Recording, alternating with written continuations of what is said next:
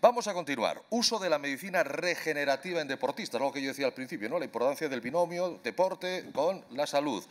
Nos va a acompañar otro buen amigo, otro excelso médico y gran colaborador también de estos congresos. Él es traumatólogo, es cirujano ortopédico, es especialista en cirugía artroscópica, en terapias biológicas, pionero en el avance de la cirugía artroscópica tanto en España como en Europa, a nivel mundial, en introducir el potencial terapéutico de los PRP en traumatología y ortopedia. Es director médico y científico de la Unidad de Cirugía Artroscópica de Vitoria-Gasteiz. Está aquí con nosotros el doctor Miquel Sánchez, director científico y médico de Unidad de Cirugía Artroscópica, como decía, de Vitoria-Gasteiz. Doctor Sánchez, bienvenido, Miquel. Un abrazo fuerte. Un aplauso. Bueno, muchas gracias por permitirme estar aquí, a OAFI. Os felicito por toda vuestra labor y por todo lo que hacéis por los pacientes con problemas degenerativos articulares. Y felicidades a Sol Ruiz y gracias también por los esfuerzos que hacen enorme para que podamos ir por buen camino en todas estas cuestiones de investigación para los pacientes. Bueno, me toca hablar de las terapias biológicas en el deporte. La primera pregunta es ¿qué es ser deportista? Porque todos somos deportistas. Una pregunta es si todo esto es deporte o es espectáculo, si es bueno este deporte o si deporte es esto, el ejercicio normal que hace la gente normal en la calle. Pero todos sabemos y nadie duda que el ejercicio físico es básico y fundamental y siempre es beneficioso.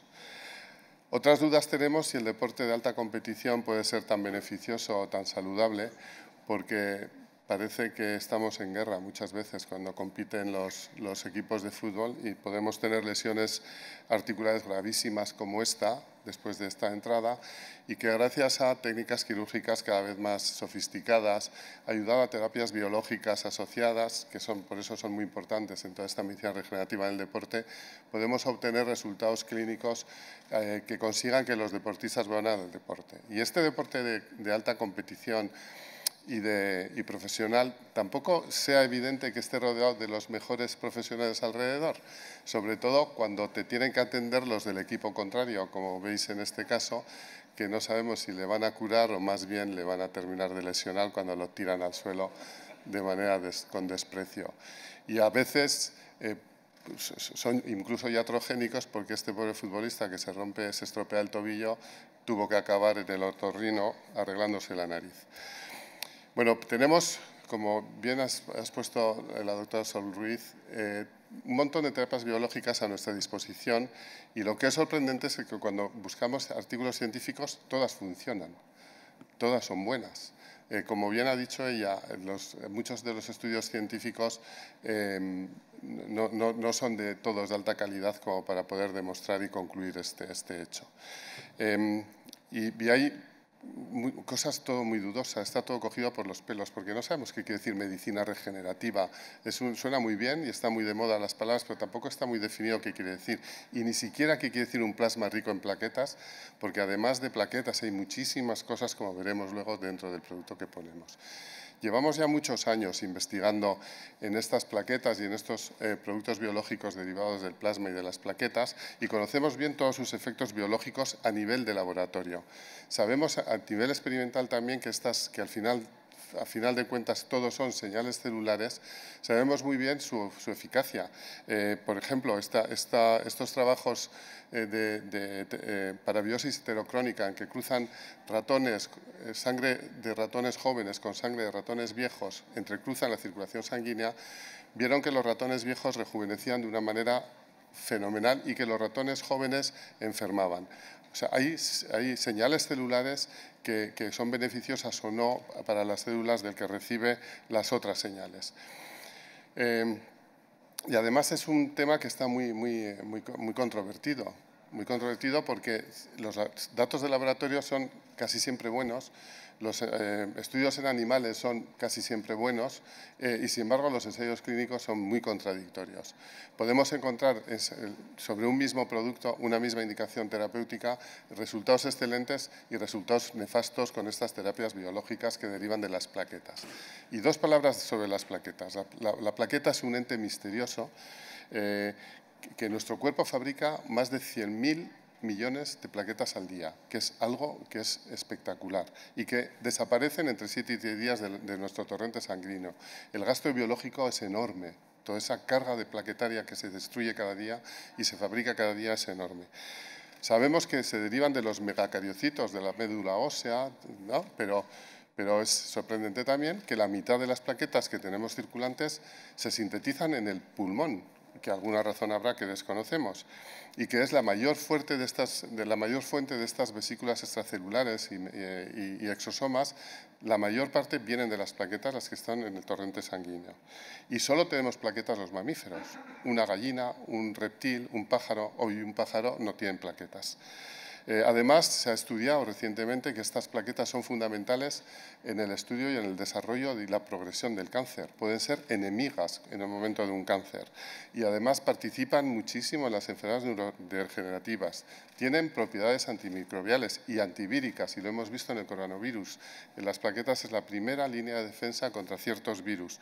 Y además son fundamentales, son imprescindibles para el mantenimiento correcto de la barrera alveolo-capilar en el pulmón. O sea, sirven para muchas cosas y no son un producto mágico porque no siempre funcionan. Entonces, ¿por qué pueden no funcionar? Pues entran 3 factores, que pueden ser los pacientes, que pueden ser los protocolos que aplicamos, que puede ser cómo preparamos este PRP. Vamos a hacer un paseo rapidito de todos estos temas controvertidos de las plaquetas. Primero, la primera cosa está en cuántas plaquetas tenemos que concentrar. Hay muchas discrepancias y si tenemos que hacer millones y multiplicar por 3, por 5 o por 6 las que tenemos el torrente sanguíneo. Además, las plaquetas no son todos los pacientes no tienen las plaquetas del mismo tamaño. Hay plaquetas enormes y plaquetas pequeñas y no tienen el mismo contenido proteico. Entonces, al final es un medicamento que no sabemos cuánta dosis estamos poniendo según cuánto concentramos las plaquetas. Y hay muchos estudios que también son contradictorios, pero sí que parece que ahora se está aclarando que concentrar demasiado las plaquetas tiene un efecto contradictorio y un efecto adverso para la proliferación celular. Otro tema en controversia es la presencia o no de leucocitos. Y lo mismo, ahí cogemos trabajos donde se ve, por ejemplo, que en artrosis un plasma sin leucocitos es más eficaz y tiene menos efectos secundarios que un plasma con leucocitos. Sin embargo, cuando vamos a estudiar tendones, podemos tener un plasma con leucocitos que es muy eficaz en una epicondilitis y hay otros estudios que cuando tratamos tendones del manguito rotador recomiendan quitar los leucocitos. No entendemos nada. ¿Por qué un tendón es mejor poner y otro tendón es mejor no poner? Queda mucho trabajo por investigar. Lo que sí está claro es que cuando concentramos en nuestro plasma y formamos un coágulo de un PRP puro, tenemos una malla de fibrina con proteínas, con señales celulares. Cuando contiene glóbulos rojos y glóbulos blancos, como veis, solo mecánicamente ya es más difícil y puede ser más incómodo al crecimiento celular. Y físicamente, mirad aquí, un coágulo de la sangre, todos conocemos que es friable, que es lo que pasa en una coagulación normal. Cuando preparamos el mismo coágulo a partir de un PRP sin leucocitos y sin glóbulos rojos, es mucho más denso, mucho más estable, mucho más predecible lo que va a salir de ese coágulo y es mucho mejor biomaterial. Parece que la presencia de eritrocitos, todos los autores están de acuerdo en que son malos. Nunca hay que poner glóbulos rojos dentro de una articulación.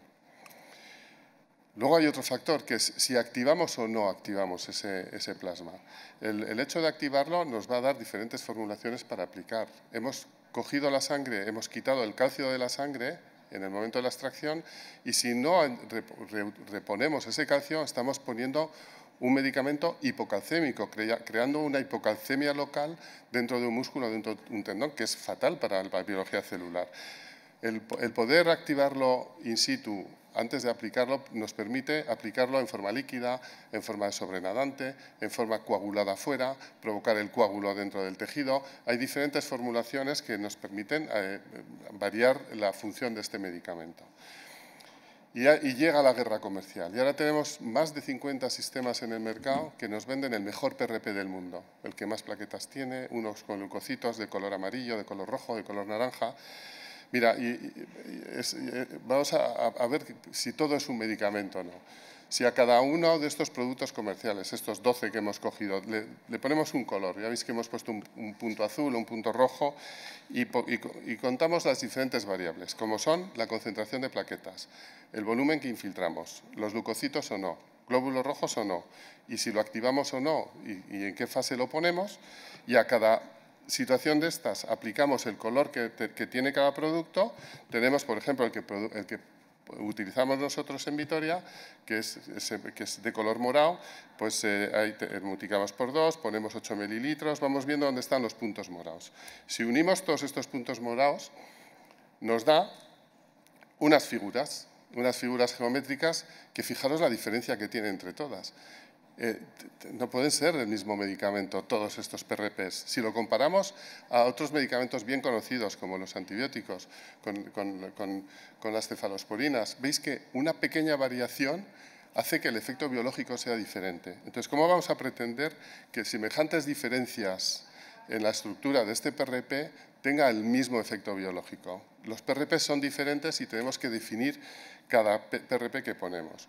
Por ejemplo, infiltrando un tendón no es el mismo medicamento ese producto amarillo que lo estamos infiltrando con control ecográfico o este producto rojo que lo estamos infiltrando a ojo. No puede tener el mismo efecto secundario. Por eso ha habido una gran inquietud en el mundo científico y hemos hecho una llamada a la estandarización de los PRPs.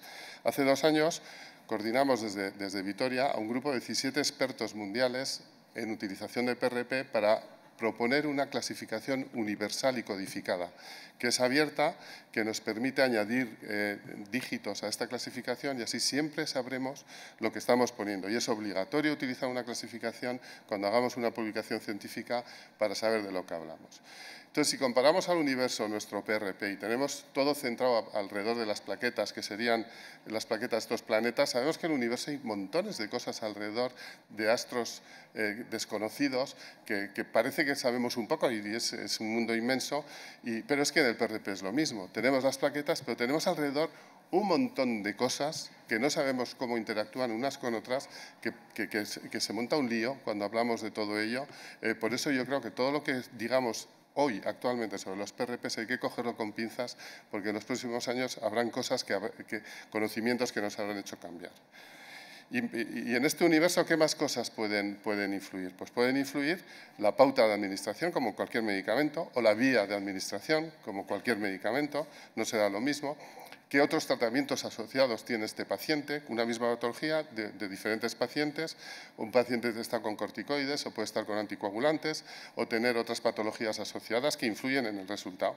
¿Y qué más cosas? Pues además, la genética de cada paciente. No tenemos todos la misma encarnadura, no somos todos iguales biológicamente. El PRP de cada una de estas personas seguro que no es igual, seguro que hay diferencias y por eso hemos terminado ya, que se publica ahora, las diferencias genéticas entre los PRPs de gente que responde muy bien y gente que responde muy mal. Y hay diferencias genéticas que ya podemos prever el resultado clínico de un tratamiento con PRP. ¿Y qué más cosas? Pues además está el tipo de enfermedad, la severidad de la enfermedad. Todas las artrosis no son iguales. La causa de que provoca la artrosis no es lo mismo que sea un problema reumático que un problema traumático o simplemente la vejez. Todo esto influye en el resultado del tratamiento. Por eso todavía nos quedan un montón de preguntas a las que yo no voy a saber responder.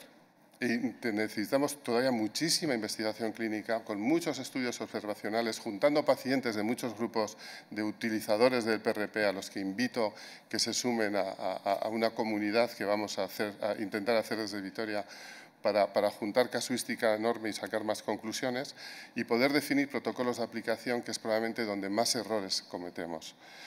Si comparamos a la izquierda, esto es una lesión de un banquito rotador. Y veis que a la izquierda están poniendo un coágulo de PRP atado a un hilo en un hombro lleno de agua a través de una cánula y dicen que el PRP no ha funcionado en esa sutura. Una sutura perfectamente hecha. A la derecha es otro protocolo de aplicación. Aplicamos el PRP en fase líquida, inyectamos dentro del tendón, que es donde están las células que queremos revivir y que no se mueran, pero tenemos que estimular células sanas, por eso tenemos que ir a la unión miotendinosa, que ahí hay células sanas, o a los restos de la bursa, que ahí están las famosas células madre residuales. Iremos a la unión donde hemos cosido el tendón, entre el tendón y el hueso, para que haga el andamiaje a la cicatrización, y al final veis que clavamos el trocar dentro del hueso para estimular las células mesenquimales precursoras que están en la médula ósea, en esa cabeza del húmero. Son dos protocolos con el mismo producto, totalmente diferentes, y todo no puede ser igual.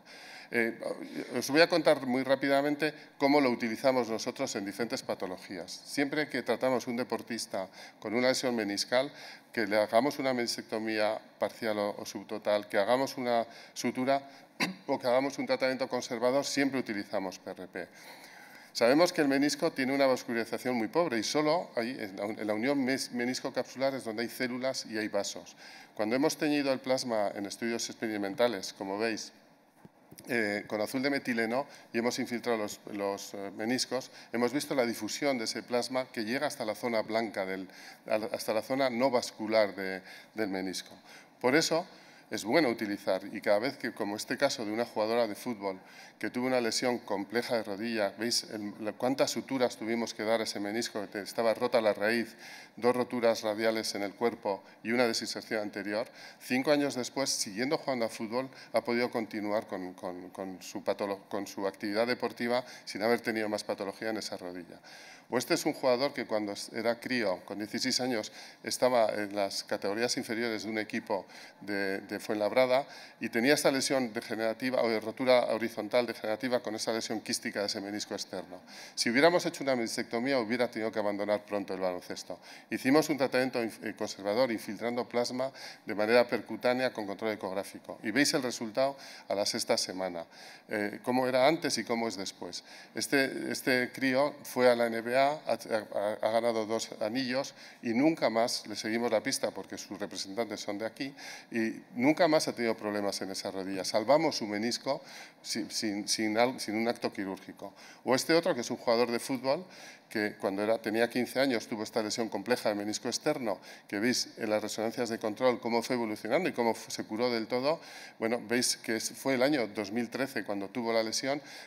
Hoy, en el 2023, está jugando en Vitoria, precisamente en el Alavés, cedido por un equipo de primera división y nunca ha tenido problemas en esa rodilla. Y por eso, siempre que tenemos roturas meniscales degenerativas de gente de mediana edad, intentamos no operarlas nunca porque el resultado es muy dudoso.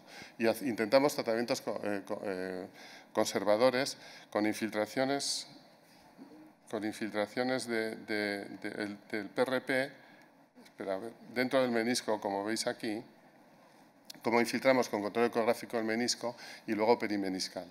Lo hacemos 2 o 3 veces y podemos tener, como veis en las fotos de la derecha, de cómo era la rotura y cómo es la curación 3 años después, sin haber tenido problemas con la rodilla. Está en fase de publicación ahora un estudio de 600 meniscos tratados de forma conservadora con unos resultados verdaderamente espectaculares. Y lo usamos en todas las lesiones de cartílago, que es el gran drama en el mundo del deporte. Ya sabemos que toda la articulación es un órgano, que tenemos el cartílago, que es importante, pero tenemos también la membrana sinovial y el hueso subcondral. Y todo es importante. Probablemente lo más importante es el hueso subcondral. Y el cartílago, el pobre cartílago, que es lo que vemos cómo se deteriora, es la víctima de todo lo que pasa en esa articulación. Y en el hueso subcondral pasan las cosas importantes. Ahí están las células madre, que son las que son responsables de enviar proteínas dentro de la articulación y mantener la homeostasis articular. Y en esa médula ósea se transforma por un tejido fibroneurovascular. Esa médula ósea se modifica y es responsable de estas imágenes de edema óseo que vemos en las condropatías de nuestros deportistas y que tanto nos preocupan porque es la origen del dolor articular y el inicio de una degeneración. Y además sabemos ya que hay una comunicación permanente entre ese hueso subcondral y el cartílago. y hay muchos estudios recientes publicados en revistas de alto impacto donde ponen en evidencia esa comunicación fundamental para el buen funcionamiento del cartílago. Esto lo sospechamos hace muchos años cuando hacíamos esos trabajos de teñir el PRP con azul de metileno, infiltrarlo y ver cómo difunde. Veíamos que si pinchamos el hueso subcondral el cartílago se ponía azul. Había una comunicación mecánica, física, entre el hueso subcondral y el cartílago. Y por eso, desde hace muchos años, llevamos haciendo infiltraciones en ese hueso subcondral como tratamiento adicional de las condropatías, haciendo infiltraciones intraóseas. Y siempre que tenemos una lesión osteocondral, como este caso, que son muy frecuentes, hay que estimular esa médula ósea con microfracturas, pero al final terminamos pinchando, infiltrando dentro del hueso subcondral. En este vídeo de la derecha veis una lesión, hemos hecho un desbridamiento del cartílago y estamos desde la cara interna, el cóndilo interno, infiltrando el PRP. Y veis cómo el PRP difunde, coagula en la lesión y arrastra proteínas y células desde ese hueso subcondral. Y hemos tenido resultados como este, que es un futbolista en sus últimos años de la práctica deportiva, le habían quitado el menisco 10 años antes. Nos vino 10 años después con esta lesión osteocondral enorme en el cóndilo interno por la falta meniscal. Hicimos el tratamiento de desbridamiento del cardiopatológico, hicimos sangrar al hueso, infiltramos el plasma, así quedó la úlcera, la lesión osteocondral al final de la cirugía y 9 meses después hicimos una artroscopia de control. ¿Y qué es lo que vimos? Pues vimos que había crecido un tejido blanco de color de cartílago que brillaba como el cartílago, veis que brilla como el cartílago y que es duro como el cartílago. Evidentemente no es un cartílago hialino como era cuando él era un crío, pero es un cartílago que le ha seguido sirviendo. Lo mismo que nuestra piel, cuando hacemos una cicatriz, no es piel de crío el que nos cura la herida, pero es una piel que juega su función y que sirve. Este otro caso es otro jugador de fútbol que ha jugado muchos años en Primera División y está cedido también en Vitoria en el Alavés, por eso lo seguimos de cerca, que tenía esta enorme lesión osteocondral secundaria a una osteocondritis disecante. Veis que en el año 2017 hicimos una artroscopia, hicimos un desbridamiento de todo el cartílago suelto, de una extirpación de los cuerpos libres, hacemos sangrar al hueso y pinchamos plasma intraóseo, intraarticular, repitiendo las infiltraciones. Un año después, esa es su resonancia de control, con el T2 mapping, el excelente aspecto en la resonancia de control. 6 años después, sigue jugando a fútbol sin haber tenido nunca más problemas en esa rodilla. Ha tenido lesiones musculares, se ha estropeado un tobillo, pero nunca más ha tenido una lesión en esa rodilla. Y por eso hacemos infiltraciones intraóseas repetidas en estos deportistas, sobre todo si son muy de alta competición, cuando tienen focos de edema óseo con lesiones condrales asociadas. ¿Y qué pasa cuando infiltramos el hueso? Esto es una resonancia 10 días después de una infiltración intraósea por una degeneración del compartimento externo en un futbolista de fútbol sala. Veis que hay un estímulo de la médula ósea que difunde lejos de la articulación, que hasta 10 y 15 centímetros de esa médula ósea se estimula con ese plasma rico en factores de crecimiento y que esas células estimuladas sintetizan proteínas que van a llegar a la articulación. Y como nos funciona en toda esta patología, lo hacemos siempre que arreglamos un ligamento cruzado anterior, donde queremos. En la foto de la izquierda es los tendones recién puestos en una cirugía de plástica de cruzado anterior y a la derecha lo que queremos que se convierta. Por eso tenemos que poner el plasma, y esto es importante y fundamental para que funcione, dentro del tendón. Ese tendón tiene células vivas que se van a morir en el trasplante porque las quitamos de la vasculación sanguínea, les ponemos para que la fibrina se coagule, el fibrinógeno se coagule dentro del tendón con todas las señales celulares y mantienen vivas esas células. Y además queremos que estos tendones se integren en el hueso. Infiltramos los túneles alrededor del hueso, alrededor de los túneles, para que esa fijación biológica sea mejor. Arriba, en las fotos de arriba, veis las imágenes de artroscopias antes de la era de los factores de crecimiento, con buenos resultados clínicos, pero siempre se veían los tendones, a veces no muy sinovializados, vivos y estaban bien, con rodillas estables, pero nada que ver con las fotos de abajo, que tiene mucho más aspecto de un ligamento cruzado normal en esa modulación de la cicatrización con las señales celulares. Hicimos un estudio que ya está publicado hace ya 8 o 9 años, comparando con biopsias y resultados clínicos nosotros rodillas que tenían o no factores de crecimiento durante la cirugía del cruzado. ¿Y qué vimos? A la derecha es donde no usábamos factores de crecimiento, bueno, pues que tiene un buen aspecto del ligamento, con sus células, pero si veis a la izquierda hay muchas más células y muchas más vasos dentro de esos tendones. Es un tejido en permanente remodelación, mucho más vivo y mucho más activo. Y a nivel muscular es la gran controversia. Y trabajamos mucho en los inicios, hace ya 20 años, de qué pasaba con los músculos y los factores de crecimiento. Tiñendo el plasma veíamos que el músculo se empapaba como una esponja, rodeando todos los canales vasculares y neurovasculares, donde están todas las células satélite que van a reparar el tendón. ¿Cuál es nuestro protocolo? Siempre evacuamos, si hay un hematoma, lo tenemos que evacuar con control ecográfico. Y después aplicamos el PRP, pero no lo aplicamos solo en el sitio de la lesión.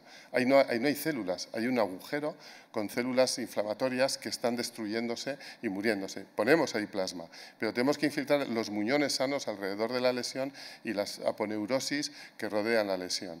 Y así, repetiendo cada semana hasta que se cure 2 o 3 veces, obtenemos unos resultados que merecen la pena. Veis en este vídeo una lesión muscular, cómo estamos infiltrando el foco de la lesión. No hay hematoma, aquí no hemos tenido que vaciar hematoma.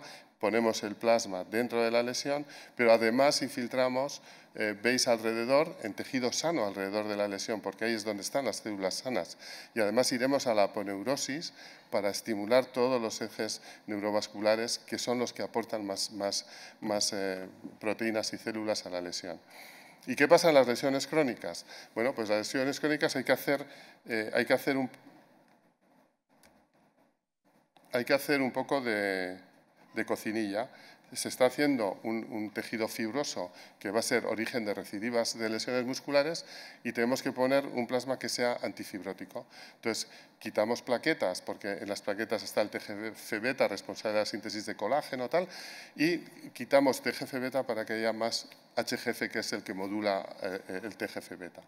Dentro de la lesión crónica, ponemos ese plasma, pero alrededor nos interesa que alrededor estimular todo el tejido sano alrededor y alrededor pinchamos la fracción de plasma más rica en plaquetas porque necesitamos estimular un poco más todas las células de alrededor.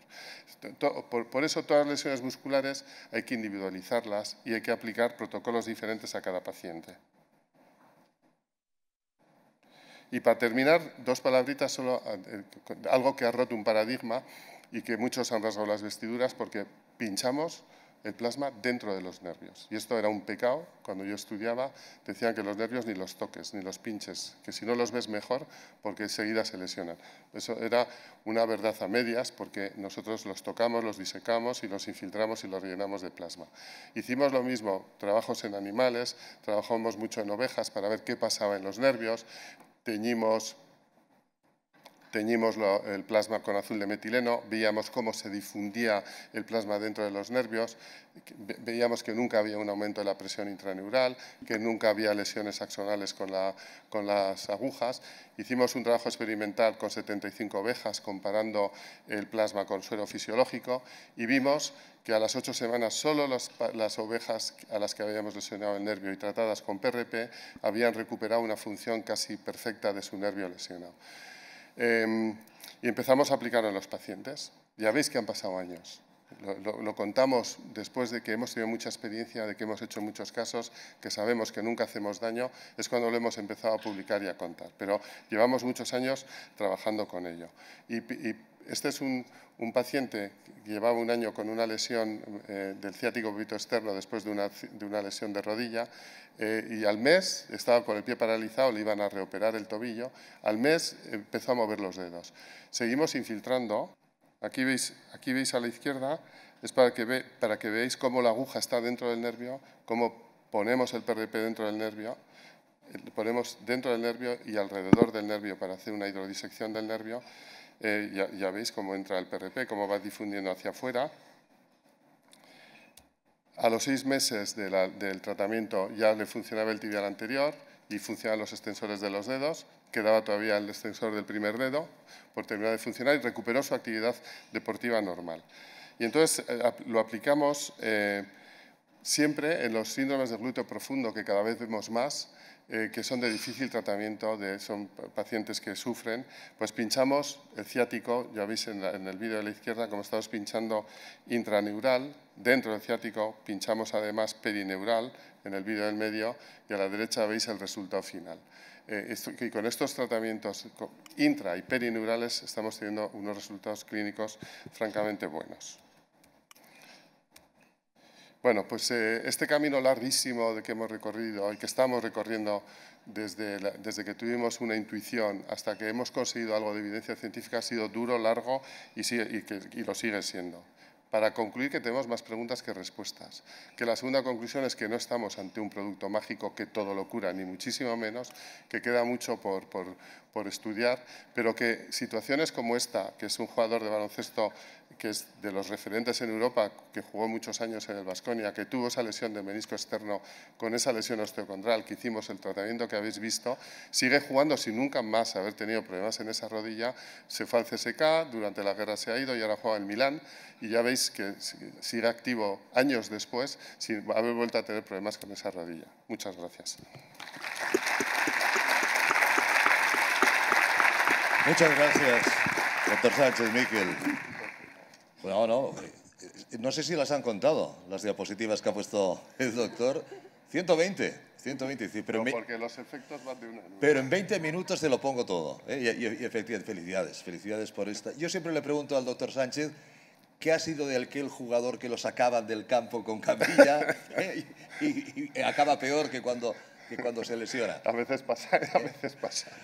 Esto que ha dicho antes, si hay alguna pregunta, pueden por favor, yo mientras tanto le pregunto al doctor a Miquel Sánchez, ¿por qué dice que lo de los PRPs hay que cogerlos con pinzas y que seguramente la charla de hoy, si la pasamos dentro de 5 años, será algo absolutamente de prehistoria casi, ¿no? No, igual no, tanto no. Pero desfasada total. A ver, el conocimiento del funcionamiento de una célula es imposible que lleguemos a conocerlo, y menos en tan poco tiempo. Estamos en los inicios. La primera vez que se aplicó un tratamiento con PRP en el aparato locomotor fue en el mes de septiembre del año 2020. Claro. Antes nunca se había utilizado algo en úlceras, se había utilizado en los dientes, pero no se había utilizado en aparato locomotor, ni en cartílago, ni nada. En 20 años hemos aprendido algo, pero estamos en los inicios y cosas que estamos diciendo ahora de tal proteína. Fijaros de antes cuando decíamos que había que concentrar mucho las plaquetas, otros decíamos que no, otros dicen que sí. Tenemos un camino muy largo para aprender. Y con tantos productos... Por eso yo lo pongo en duda. Y con tantos productos como nos ha enseñado, claro. Eso crea controversia también. Y todo se llama PRP. Y todo se llama PRP. Claro. Una pregunta por ahí, por favor, adelante. Hola. Abrimos el micrófono 2, por favor, gracias. Sí, adelante. hola, buenos días. Quería preguntarle al doctor Sánchez, en una persona que es deportista, que no es deportista de alto nivel, imagínense que usted le infiltra, le hacen un par de infiltraciones, ¿cuánto tiempo calculan que sería bueno que volviera a realizar una prueba de imagen para ver si efectivamente, me estoy refiriendo a lesiones de cartílago con daño en el hueso subcondral? Entonces, ¿cuánto tiempo calculan que sería necesario que pase para hacerse una prueba de imagen para ver resultados? Yo nunca hago, como muy poco tiempo, 4 meses, pero casi nunca lo hacemos antes de los 6 meses.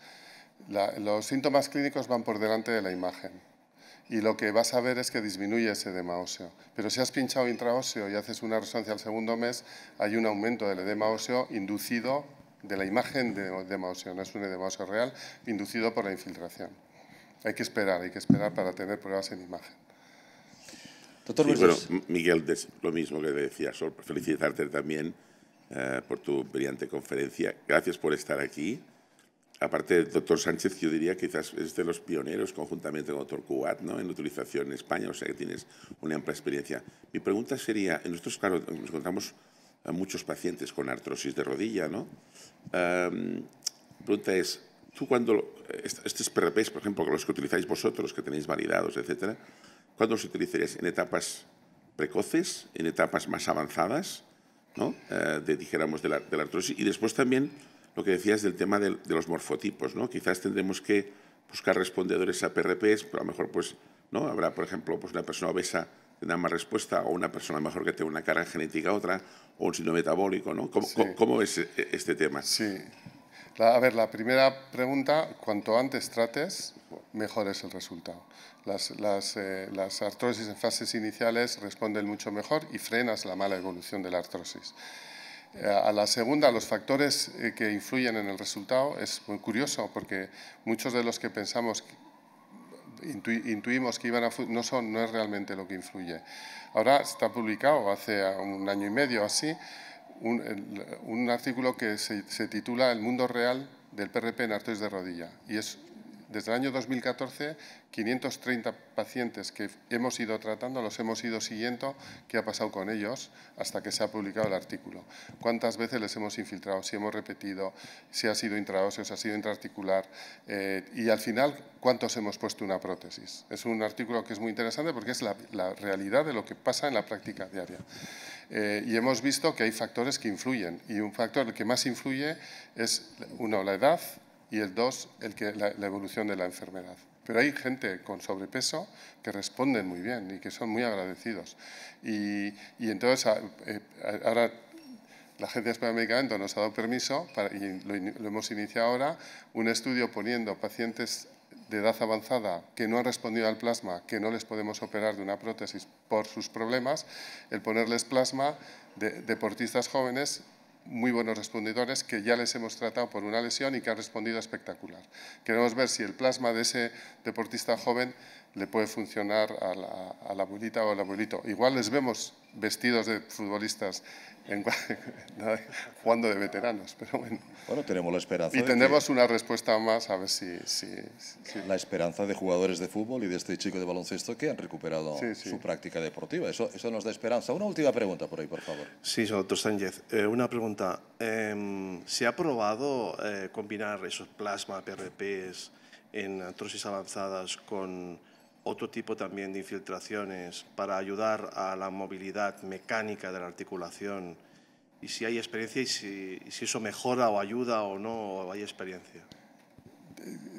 Mezclar, por ejemplo, con ácido hialurónico. Hialurónico o otras sustancias que puedan ayudar a la parte mecánica. Se está probando y hay muchos artículos probados y hay una controversia tremenda. Este año se ha llegado a un consenso en la Asociación Europea de Rodilla y Artroscopia, en la ESCA europea. Ha habido un consenso europeo de que han participado un montón de especialistas de todos los países de Europa, en el que se concluyen para qué sirve el PRP en la artrosis. Entonces, está en la página web de la asociación de la ESCA y es interesante cuáles son las conclusiones.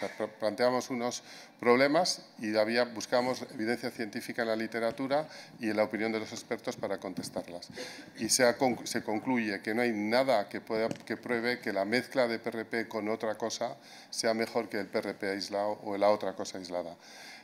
Porque sobre todo con lo que más se asocia es con ácido hialurónico. Incluso hay un PRP que se vende ya la mezcla hecha. Entonces, cuando tú infiltras un PRP en una rodilla, la membrana sinovial sintetiza cantidades ingentes de ácido hialurónico, que se va a mezclar con el ácido hialurónico sintético que has infiltrado. Entonces, todo eso no sabemos si es bueno o es malo. Nosotros lo hicimos en ovejas al principio y no tuvimos ninguna diferencia. O sea, lo dejamos de hacer porque no aportaba nada a nivel experimental. Si es breve, una última, por favor. Muy breve pregunta y breve, si puede ser, Miquel, respuesta. Sí. Pues es muy breve. En primer lugar, felicitar al doctor Miquel Sánchez por su excelente ponencia. Yo me dedico a la cirugía del hombro y me he interesado en el uso de los PRP para las suturas del manguito rotador.